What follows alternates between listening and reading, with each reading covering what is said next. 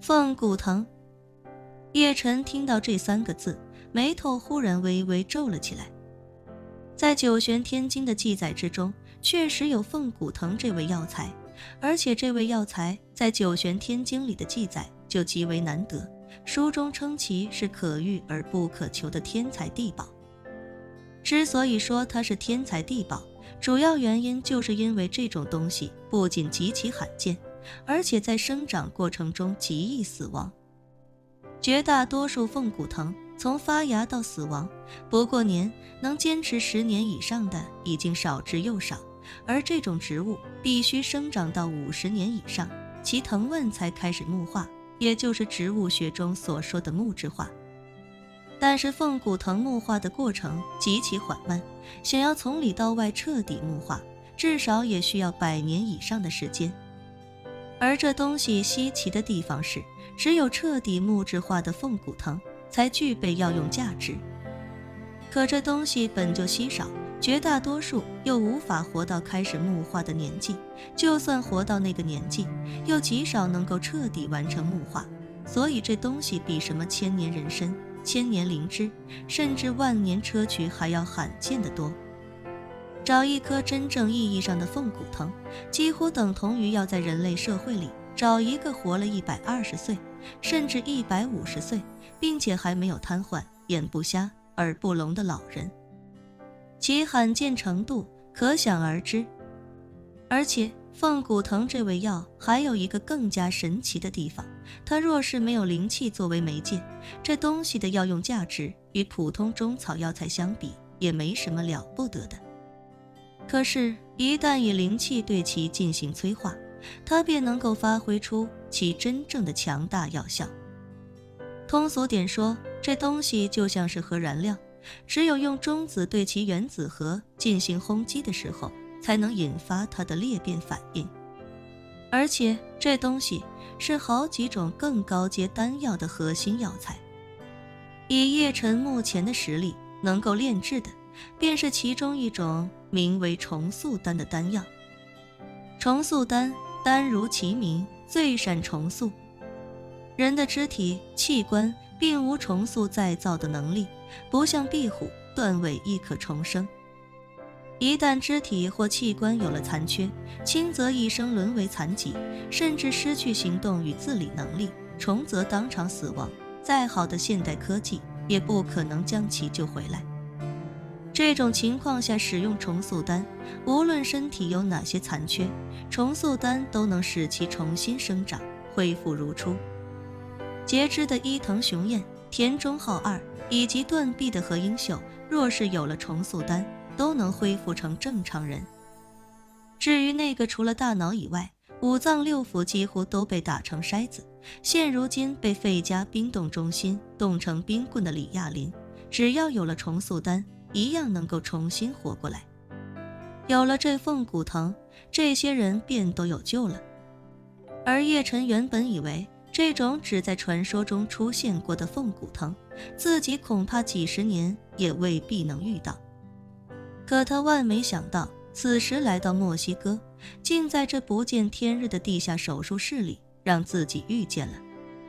叶晨内心激动无比，同时也仔细观察着老太太递给自己的手镯。它看起来呈深褐色，但至少有1/3的纹路如鲜血一般鲜艳，整体约莫小拇指般粗细，能看得出来，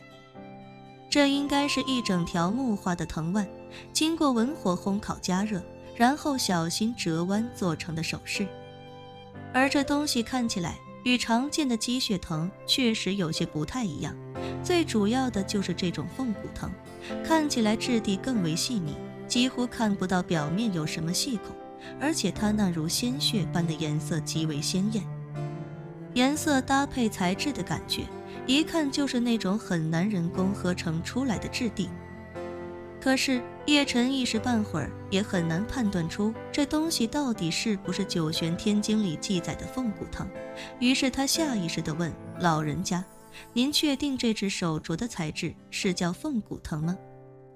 确定，老太太无比坚定地说道，这只手镯是我们祖上传下来的，我听我奶奶说，我们祖上在唐代行医200多年，后来安史之乱的时候，老中青幼4代人，死的只剩下一个6岁儿童。自那之后，祖上的医术便彻底失传了。可那位活下来的先祖从他爷爷手中继承了这枚手镯，当时他的爷爷告诉他，这手镯乃是凤骨藤所制，极其珍贵，要他一定传承下去。于是这枚手镯就一直传到了今天。旁边那年轻人听到这里，忍不住嘀咕到：“老太太，我对植物还挺有研究的，怎么从来没有听说过凤骨藤这种东西啊？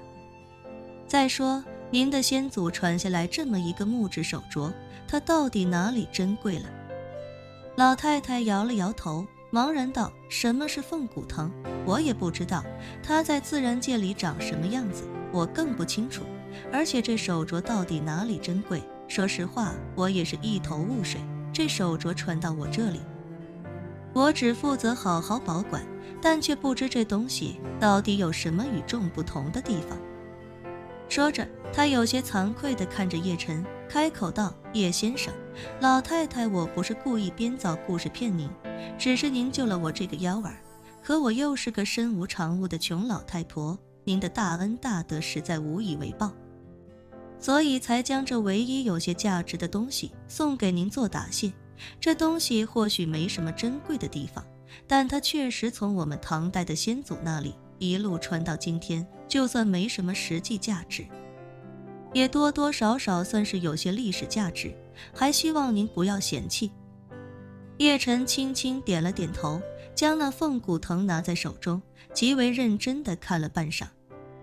半晌之后，叶晨忽然想起《九玄天经》里的记载，判断凤骨藤的真假其实非常简单，只要将灵气注入其中，就能感受到凤骨藤被灵气激发的澎湃药力。于是叶晨稍稍将些许灵气渡入其中。叶晨有意识地控制灵气的渡入，仅仅用了一点点来一探究竟。可没想到的是，这点灵气仿佛是一时激起千层浪，手中的那枚手镯内部似乎有一股力量立刻开始澎湃起来。叶晨心中大惊，连忙将灵气尽数收回，随后看着那老太太，认真地问道：“老人家，您真要把这枚手镯送给我？”“是。”老太太连连点头，感激不已地说道：“叶先生，您救了我的幺儿，这手镯您要是不嫌弃，就送给您了。”叶晨惊喜不已，这枚手镯对自己来说价值连城，炼制出重塑丹能救下不少人，将来炼制其他高阶丹药的时候，或许还能有更大的用处。而更为难得的是，凤骨藤虽然极其稀少，但真要拿来炼丹，它的用量也很节省。这种类似和燃料一样的药材，充分体现了什么叫小体积大能量。若是炼制一批重塑丹，恐怕连其中1/10都要用不到。一想到这里，叶晨便对老太太说道：“老人家，这是您家传宝物，我实在受之有愧。这样吧，您回头给我留一个联系方式，待我回国之后必定登门拜访。”